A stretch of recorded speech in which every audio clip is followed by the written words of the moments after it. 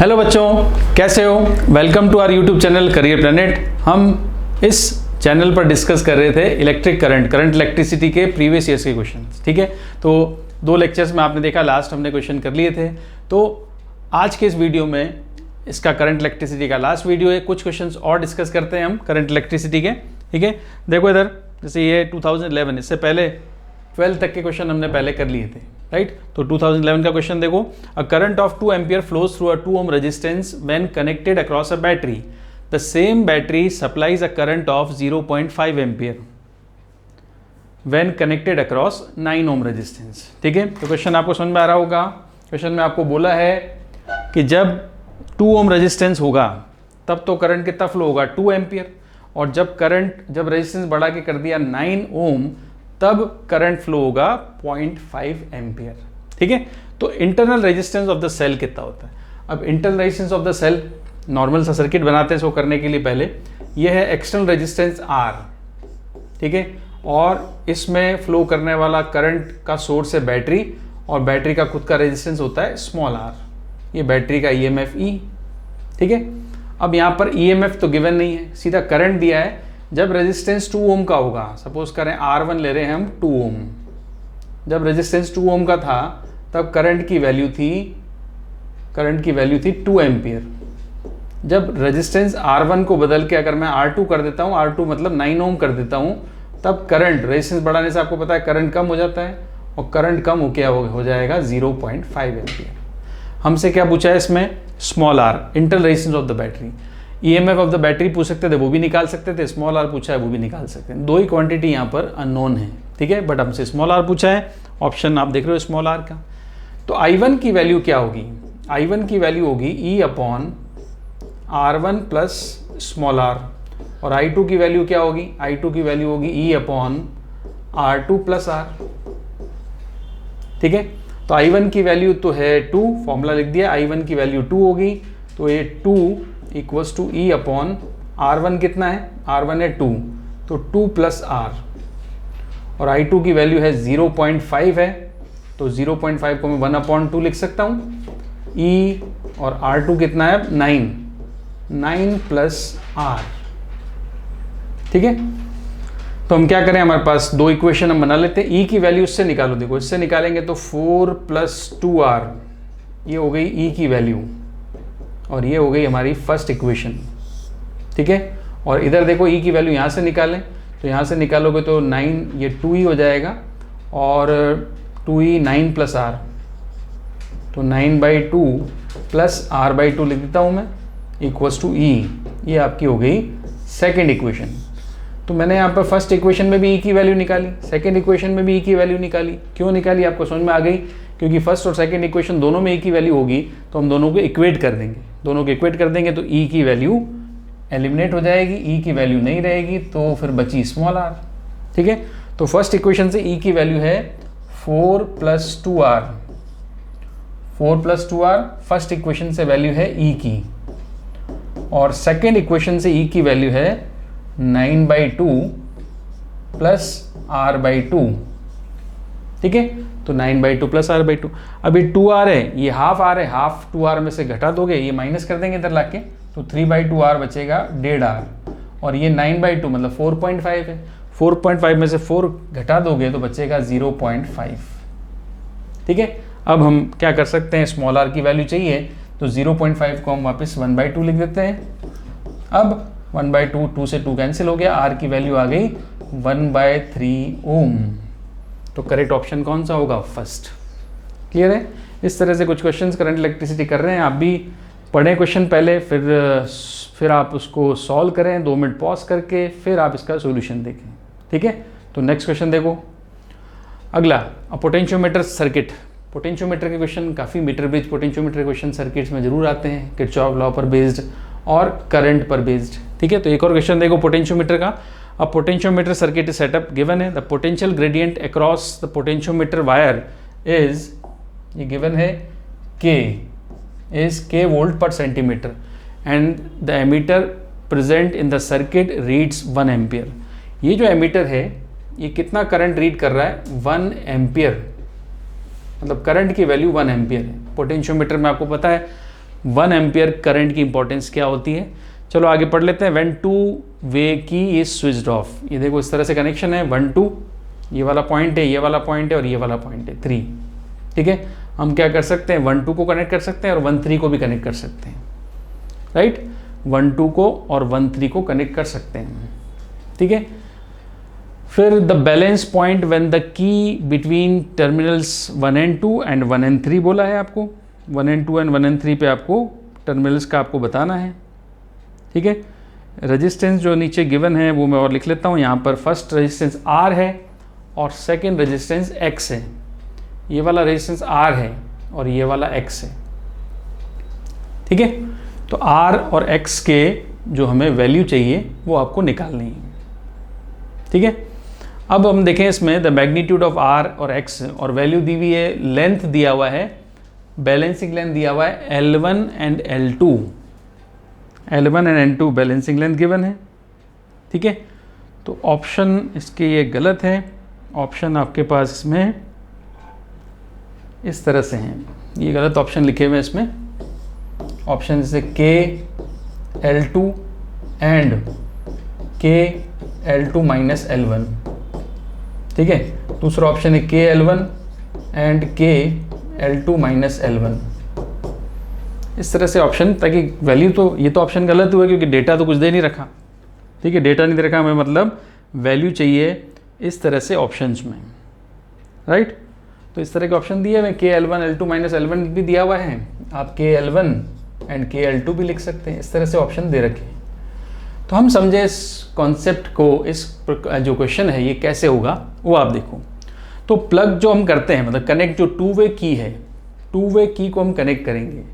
तो पहले जब आप 1 और 2 को कनेक्ट करोगे, मतलब इन दोनों को कनेक्ट करें आपस में, तो इन दोनों को कनेक्ट करेंगे तो सर्किट में ये R रेजिस्टेंस काम आएगा। ठीक है, R रेजिस्टेंस। करंट कितना है 1 एम्पियर है, करंट आपको पता है 1 एम्पियर है। तो जो 1 और 2 को जोड़ने पर जो पोटेंशियल आएगा V12 के लिए, V12, 1 और 2 को जोड़ेंगे तो V12 कह रहा हूँ मैं, इसकी वैल्यू होगी I × R और ये वैल्यू आ जाएगी K L1। L1 balancing length दी है आपको। ठीक है, तो ये आ गई। अब I की वैल्यू तो 1 है ना, तो R की वैल्यू क्या हो जाएगी, R की वैल्यू हो जाएगी K L1। तो R की वैल्यू पूछी तो K L1 आ गई। ऑप्शन दिख रहा है आपको K L1। अब आपसे पूछा है जब 1 और 3 को कनेक्ट कर देंगे आपस में, 1 and 3 are plugged in, then balancing length is L2। तो जब 1 और 3 को कनेक्ट करोगे तब बैलेंसिंग लेंथ क्या मिलेगी। अच्छा, 1 और 3 को कनेक्ट करने से क्या होगा बताओ। 1 को 3 से कनेक्ट कर दिया, अब कितना रेजिस्टेंस सर्किट में आएगा, वो आएगा सर्किट में रेजिस्टेंस R और X दोनों आ जाएंगे। ठीक है, तो R X दोनों आ जाएंगे तो मैं लिखूंगा V13 की वैल्यू हो जाएगी I, पोटेंशियल ड्रॉप क्या होगा I R प्लस X, क्योंकि दोनों सीरीज में है। अब total resistance R plus X हो गया और बैलेंसिंग लेंथ आ गई K L2। ठीक है, तो I की वैल्यू तो 1 है, I की वैल्यू 1 है, ये R प्लस X की वैल्यू आ जाएगी K L2। तो X की वैल्यू क्या होगी, X की वैल्यू होगी K L2 माइनस R, और माइनस R कितना होगा K L1 फर्स्ट इक्वेशन से। ठीक है, तो R की वैल्यू यहाँ पे क्या पुट कर दूंगा K L1। ठीक है, तो X की वैल्यू आ गई K L2 minus R, R की वैल्यू है K L1। तो आपको करेक्ट ऑप्शन दिख रहा होगा। R के लिए तो क्या है, R के लिए तो K L1 है, सेकेंड ऑप्शन करेक्ट है इसका K L1। और X के लिए क्या होगा K L2 माइनस R, और K L2 माइनस R की जगह L1 पुट कर लिया। ठीक है, तो ये X की वैल्यू भी आ गई। तो सिंपल सा है, यहाँ पर रेजिस्टेंस अगर निकालने हो तो करंट की वैल्यू 1 एम्पियर होनी चाहिए, पहली बात तो ये क्लियर है। और जो टर्मिनल जोड़ोगे, जब तक जोड़ेंगे उसके पहले के रेजिस्टेंस सारे इसमें काउंट हो जाते हैं। ठीक है, तो फिर नेक्स्ट क्वेश्चन पे आ जाए।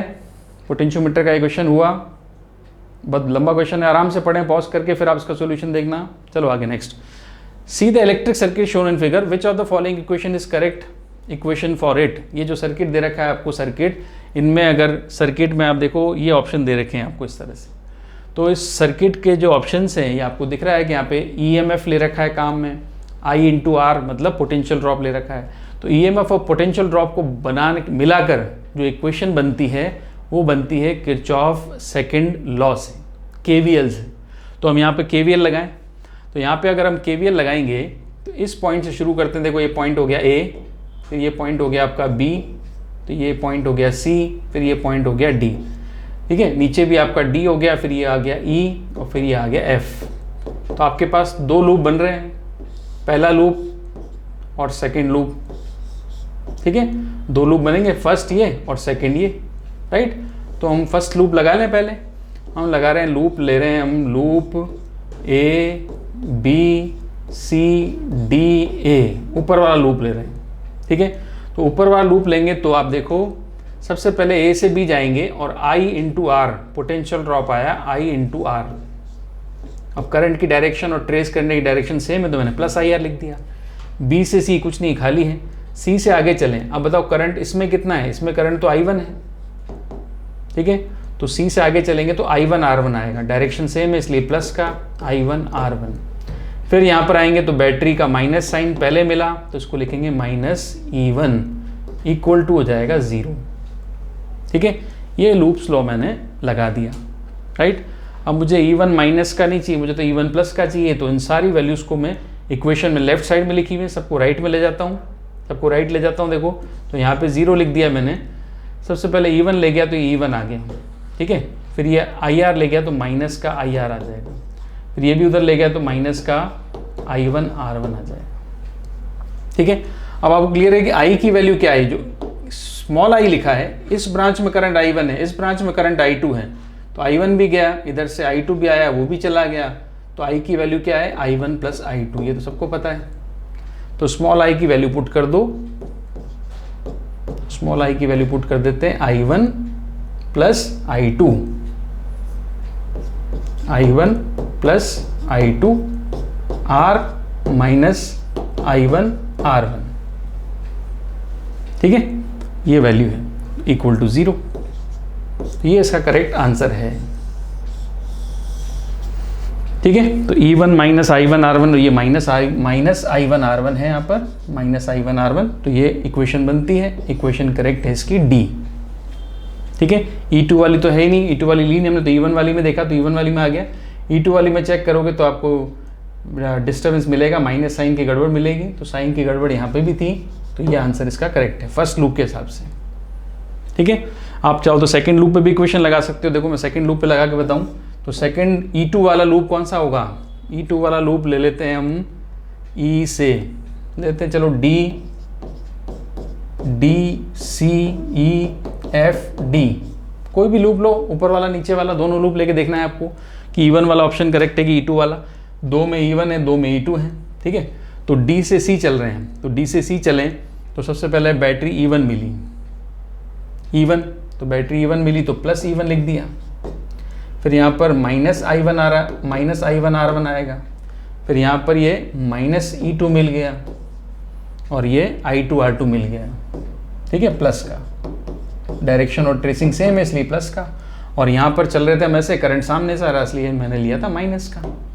ठीक है, बट मैं जैसे ही सेकेंड लूप लूँगा मुझे समझ में आ गया कि E1 E2 दोनों मिल जाएंगे, और ऑप्शन में कहीं भी E1 E2 दोनों, अच्छा इसमें है E1 E2 B ऑप्शन में है, तो चेक कर लेते हैं। देखो ये लिखा हुआ है E2 E1 और ये इस तरह से लिखा हुआ है, तो E2 E1 मैं इसको सबको राइट में ले जाता हूँ, तो यहाँ पे 0 लिख दिया इक्वल टू, E2 को उधर ले गया, ये लिख दिया E2, E1 भी उधर ले गया, माइनस E1 लिख दिया, फिर ये माइनस I1 R1 है, प्लस का I1 R1 हो जाएगा, और ये प्लस का है उधर जाके माइनस का I2 R2 हो जाएगा। ठीक है, तो ये E2 minus E1 plus I1 R1 minus I2 R2, तो ये यहाँ पर साइन की गड़बड़ है, एक प्लस है एक माइनस है, एक प्लस है एक माइनस है, तो यहाँ पर दोनों माइनस दे रखे हैं इसलिए गलत हुआ। करेक्ट ऑप्शन है आपका इसमें D। ठीक है, तो इक्वेशन लगा के देखनी 1 और 2 दोनों पे इक्वेशन लगाएं, आपका तरीका जो भी हो लगवाने का, इक्वेशन लगाने का तरीका जो भी हो, चाहे मैंने यहाँ प्लस लिया आपने यहाँ माइनस लिया, आप पहले से उल्टा भी लगाते हैं, बुक्स में कई जगह उल्टा भी दे रखा है, ये माइनस माइनस उसको प्लस ले लेते हैं। इक्वेशन में इस बात का कोई फ़र्क नहीं पड़ता कि आपने कैसा साइन कन्वेंशन लिया है। ठीक है, इक्वेशन में तो मैंने इस तरह से लिया तो साइन चेंज करने के लिए मैं सबको राइट में ले जाऊँगा, साइन चेंज हो जाएंगे। इक्वेशन में कोई फ़र्क पड़ता है क्या, नहीं पड़ता। ठीक है, तो इक्वेशन आपको बनानी है अकॉर्डिंग टू जो जैसा मेथड आपने पढ़ा उससे बनाएं, और करेक्ट इक्वेशन देखनी है आपको। तो एक KVL अगर आपको लगाना आता है तो ये क्वेश्चन आप कर सकते थे। चलो आगे नेक्स्ट अगला क्वेश्चन देखते हैं। अगला CBSE APMT 2009 का क्वेश्चन है, student measure the potential difference V of cell of EMF E and resistance R as a function of current flowing through it, the slope, यहाँ पे गिवन है slope SLOPE, slope and intercept of the graph between V and I respectively equal to. ठीक है, slope और जो है interception दोनों की बात कर रहे हैं। तो यहाँ पर हम देखो इक्वेशन लिखें V की, V इक्वल्स टू, आपको पता है V इक्वल्स टू क्या होता है, E minus I R. V equals to E minus I R, मैं चेंज करके लिख दूं तो मैं इसको ऐसे लिख दूंगा V equals to minus I R plus E। ठीक है, अब मैं इसको कंपेयर कर रहा हूँ किससे, स्ट्रेट लाइन की इक्वेशन से। तो Y इक्वल्स टू होता है mx प्लस C। हमें ग्राफ किसका दिया है, V और I के लिए, तो V और I का ग्राफ है, तो V की जगह तो Y आ जाएगा। ठीक है, और I की जगह X आ जाएगा। ठीक है, तो V और I में ग्राफ बनाना है तो ये जैसे Y और X में बनता है वैसे इसमें V और I में बनेगा। राइट, अब बताओ ये जो M स्लोप होता है M, इसमें M की जगह क्या लिखा हुआ है, माइनस R, तो ये हो गया आपका स्लोप। ठीक है, और इंटरसेप्ट होता है C, C की जगह क्या लिखा हुआ है, वो लिखा हुआ है E, तो इंटरसेप्ट भी लिख ले, इंटरसेप्ट C है, इसकी वैल्यू कितनी है, E है। ठीक है, तो इंटरसेप्ट E और स्लोप माइनस R, तो पहले क्या पूछा था आपको, स्लोप पूछा है, तो slope minus R, intercept E। Correct option क्या होगा इसका, B। ऑर्डर का भी ध्यान रखना है, स्लोप एंड इंटरसेप्ट पूछा है, इंटरसेप्ट एंड स्लोप नहीं पूछा है। इंटरसेप्ट एंड स्लोप उल्टा पूछा होता तो ये आंसर होता, हमारा आंसर ये है। ऐसा नहीं कि हमने पढ़ा, ये तो हमें आता है, हमारा पढ़ा हुआ है, हमारा किया हुआ है, और जल्दी जल्दी में जो आंसर समझ में आया वो टिक कर दिया। इनका ऑर्डर, क्वेश्चन के ऑर्डर में आंसर आपको उसी ऑर्डर में देना है। ठीक है, तो इस बात का ध्यान रखेंगे। चलिए आगे नेक्स्ट, अगला क्वेश्चन आ जाते हैं, 2009 का ही है। A wire of resistance 12 ohm is bent in form of complete circle of radius 10 centimetre. एक वायर है जिसका रेजिस्टेंस टोटल 12 ओम है, इसको 10 सेंटीमीटर के सर्कल में बेंट कर दिया। ठीक है, मतलब जैसे वायर है आपका, ये वायर है, इसका रेजिस्टेंस कितना है, 12 ओम। अब इस वायर को 10 सेंटीमीटर के सर्कल में बेंड कर दिया ऐसे। ठीक है, तो resistance between two diametrical opposite points, तो डायमेट्रिकल अपोजिट पॉइंट्स ही आएंगे। पहला पॉइंट मैंने ये A ले लिया, दूसरा पॉइंट मैंने ये B ले लिया। ठीक है, अब ये पूछा है कि रेजिस्टेंस A और B के बीच में कितना होगा, कितना रेजिस्टेंस होगा। इसकी जो रेडियस है वो है 10 सेंटीमीटर, रेडियस 10 सेंटीमीटर है, तो रेडियस 10 सेंटीमीटर है, तो पेरीफेरी कितनी हो जाएगी, पेरीफेरी पूरी पेरीफेरी तो 2 पाई आर होती है। ठीक है, ये लेंथ कितनी हो जाएगी, यहाँ से A और B की बात करें तो ये लेंथ कितनी होगी, ये लेंथ हो जाएगी पाई आर, और ये भी लेंथ क्या हो जाएगी, पाई आर, पेरीफेरी। ठीक है, और वायर ऑफ रेजिस्टेंस 12 मीटर, अच्छा 12 ओम पर मीटर दे रखा है, तो रेजिस्टेंस का जो वायर है 12 ओम पर मीटर है, तो ये कहेंगे मीटर पर सेकंड, ओम मीटर इनवर्स है वो, सेकंड क्या इनवर्स कहेंगे, ये लिखा हुआ है मीटर इनवर्स, मतलब पर मीटर, 12 ओम पर मीटर। ठीक है, तो 12 ओम पर मीटर, तो मुझे बताओ यहाँ से A से B तक की लेंथ कितनी हुई, मैंने लिख दिया पाई आर, तो पाई आर जो लेंथ है ये लिख दिया पाई। रेडियस कितनी है, रेडियस है 10 सेंटीमीटर, तो 10 इंटू 10⁻², मीटर में आ गया, ये लेंथ आएगी। ठीक है, तो लेंथ जो आ गई हमारे पास, इसकी वैल्यू देख लो, लेंथ की वैल्यू पाई आर और लेंथ की वैल्यू आ गई 10 पाई इंटू 10⁻, मतलब 0.1 पाई मीटर लेंथ हो जाएगी। ठीक है, 0.1 पाई मीटर लेंथ।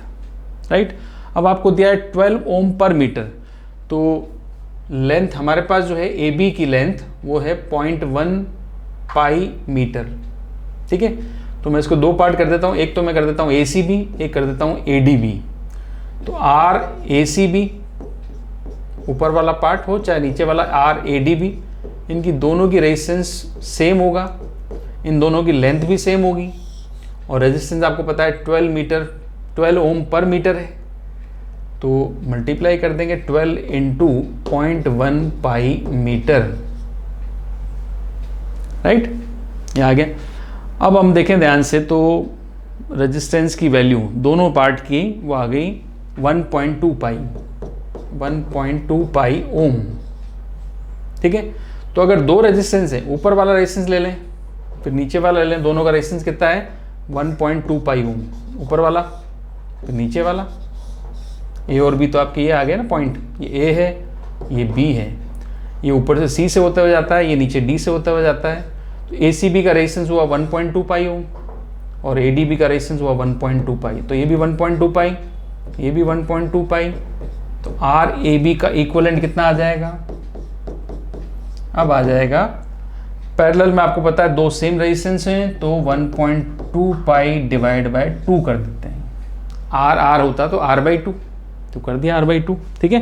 तो आंसर क्या आ जाएगा 0.6 पाई, करेक्ट ऑप्शन है इसका फर्स्ट ए, ठीक है, ये था। चलिए आगे नेक्स्ट देखो, अगला क्वेश्चन।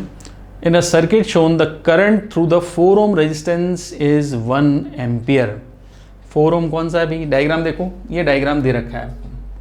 इस सर्किट में 4 ओम रेजिस्टेंस में कितना करंट फ्लो हो रहा है 1 एम्पियर, 1 एम्पियर फ्लो होता है करंट, ये फिक्स दे रखा है आपको। करंट दे दिया, रेजिस्टेंस दे दिया, इसका मतलब आपको उस ब्रांच का पोटेंशियल ड्रॉप यहाँ अप्लाइड पोटेंशियल मिल गया।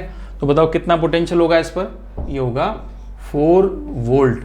आई आर करेंगे ना 4 इंटू आई, तो वी निकालोगे तो कैसे निकालेंगे आई आर से, आई कितना है 1, आर कितना है 4, तो ये क्या आ गया 4 वोल्ट।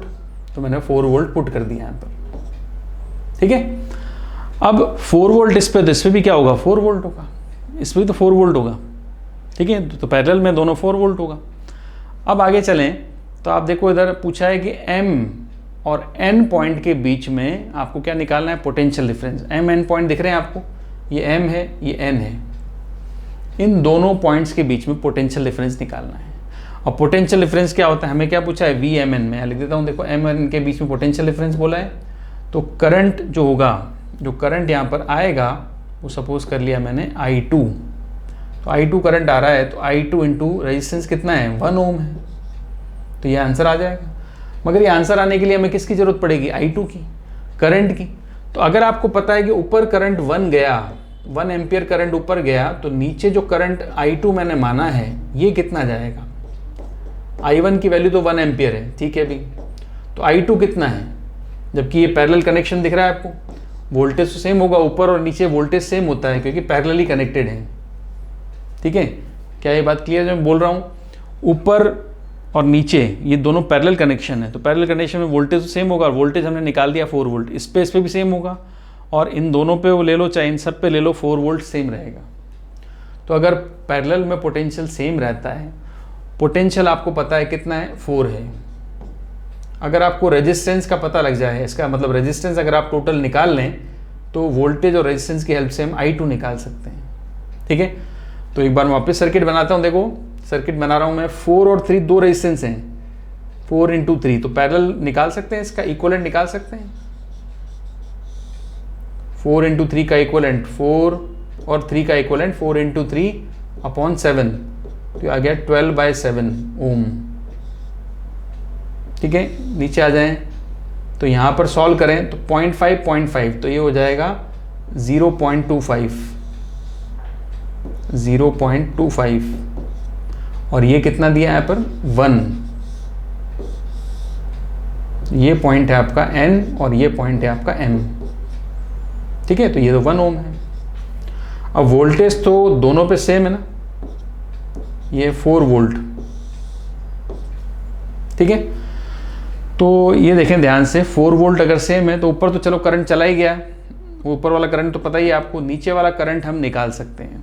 नीचे वाला करंट देखो कितना आ जाएगा, हमें वोल्टेज पता है 4 वोल्ट, तो यहाँ पर करंट निकाल सकते हैं। यहाँ पर रेजिस्टेंस कितना है टोटल, नीचे रेजिस्टेंस देखोगे इक्विवेलेंट कितना है 1 और 1.25, तो 1.25 हो जाएगा, 1 और 0.25 क्या होगा 1.25, और रेजिस्टेंस कितना है 4 वोल्ट।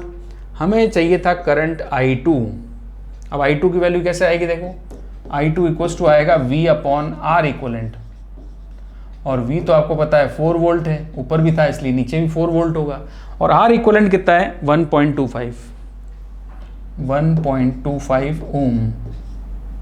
ठीक है, तो ये I2 की वैल्यू आ गई।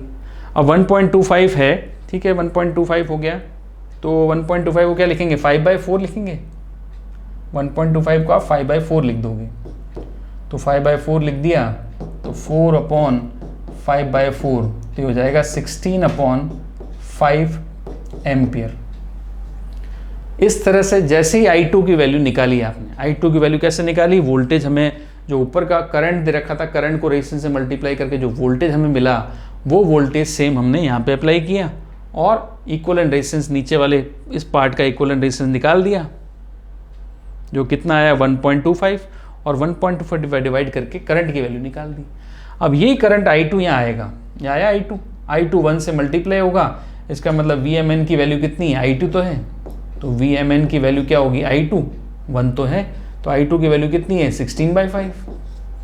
अब 16/5 आ गया, इसका मतलब ये सोचो वोल्टेज कितना होगा भी, 16/5 इसका वोल्टेज है, तो इसका आंसर निकाल सकते हैं 16/5 से, 16/5 हो गया इसका, तो 16/5 से इसका आंसर निकल जाएगा, कितना आ जाएगा इसका 3.2 आ जाएगा। फिर तो 16/5 क्या होता है 3.2, तो करेक्ट आंसर क्या होगा इसका डी। 16/5 कितना होता है 3.2 वोल्ट। ठीक है, इस तरह से इसका आंसर मिला 3.2 वोल्ट। क्लियर है, चलो आगे नेक्स्ट अगला। A wire of certain material is stretched slowly by 10%. Its new resistance and specific resistance become respectively.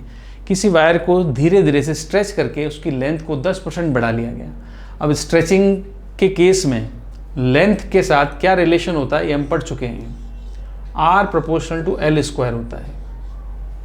ठीक है, तो अगर resistance R proportional to L² हो गया तो नई लेंथ बताएं, तो नई लेंथ क्या होगी, जो L' हम लिखेंगे वो जाएगा L प्लस 10% ऑफ L।